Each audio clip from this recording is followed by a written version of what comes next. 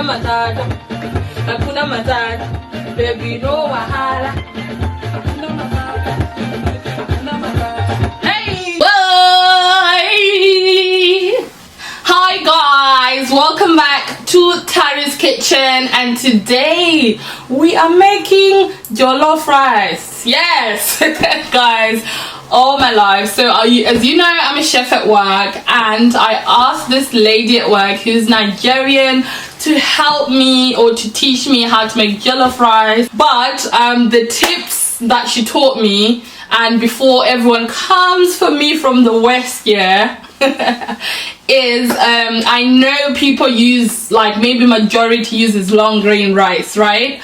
But I didn't have long grain rice, and so she said I can use this golden cellar basmati rice. There you go. That's the one she said I should use. As you can see, I used it the other time when I made it, and it worked perfectly fine. So that's one staple she told me I could use. And another thing as well, I'm gonna be using this paste. It's called Derica, and it's gonna be used instead of using the tomato puree that everyone knows. So if you have tomato puree, then just use that, it's completely fine. But this one as well, I found that it was really good. And yeah, so these two are some of the ones I didn't know of before that I started using that day when I made it last time. Maggi cubes and the chicken ones. And also, like, I used some chicken stock in terms of the stock that I used to add flavor, like from actual chicken meat bones, I mean. So that added some flavor. She told me you can put meat, you can put like different things in there. But guys, this is a video of me learning or applying what I learned and what I was taught in life.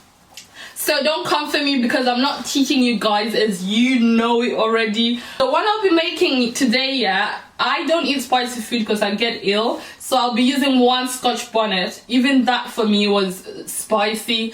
But for the sake of making it authentic jollof rice, I will use that. But obviously it depends with your palate. If you like really hot food, crack on and use as many as you can. But we move. Okay, so firstly you're going to cut these vegetables into chunky sizes. If you have red onions, I would recommend you to use red onions because they're really good in flavor. If not, use the white ones. And when you touch Scotch bonnets, guys, make sure you wash your hands thoroughly because it's a mad one. Okay, so if you have fresh tomatoes, go ahead and use those. If not, just use plum tomatoes or chopped tin tomatoes. That's completely fine because it's all getting blended. Make sure you blend them and make sure you have a blender. Next thing, put a good amount of oil and put those blended vegetables. I cook mine off. If you don't want to do that, just leave them in your blender till you need them. Next thing, you're gonna get a separate pan, put a good amount of oil as well, and then put the Derica, or you can put tomato puree, and make sure you cook it off, guys. Don't be lazy until it's translucent.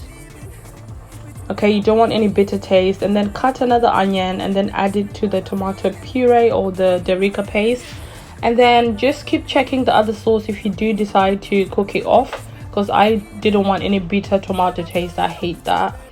And then I added the puree and onions into the blended vegetables, and then I gave this about 15 minutes, guys. And then I went on to add some Knorr cubes or Maggi cubes for some if you have them. And don't add too much, guys, because you don't want to overdo it. And then when you're really happy with your sauce, you have to taste, guys. If you're happy with this, go ahead and wash your rice thoroughly. You need to not be lazy at this step, guys, because you want to get all that starch out. And then when it's ready and you're happy with it, put some rice in the pot, put all the rice in the pot, and then add the sauce that you made.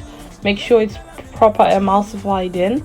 I used my stock and I made it with chicken skin and bones, so I seasoned that as well. I had added a bit of seasoning, and then I put enough water to cover the rice. You don't need too much, guys, because this rice is usually cooked off by steam, so you can't keep adding more and more water, because that will just dull the flavors.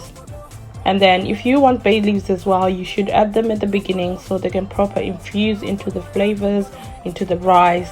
I added them too late, so there was no point. And then also, if you really want the smokiness flavor, put some foil on your lid and make sure it comes out. That usually comes from a little slight burn on the bottom, but if not, you don't have to use foil. And make sure it's not soggy or wet, guys.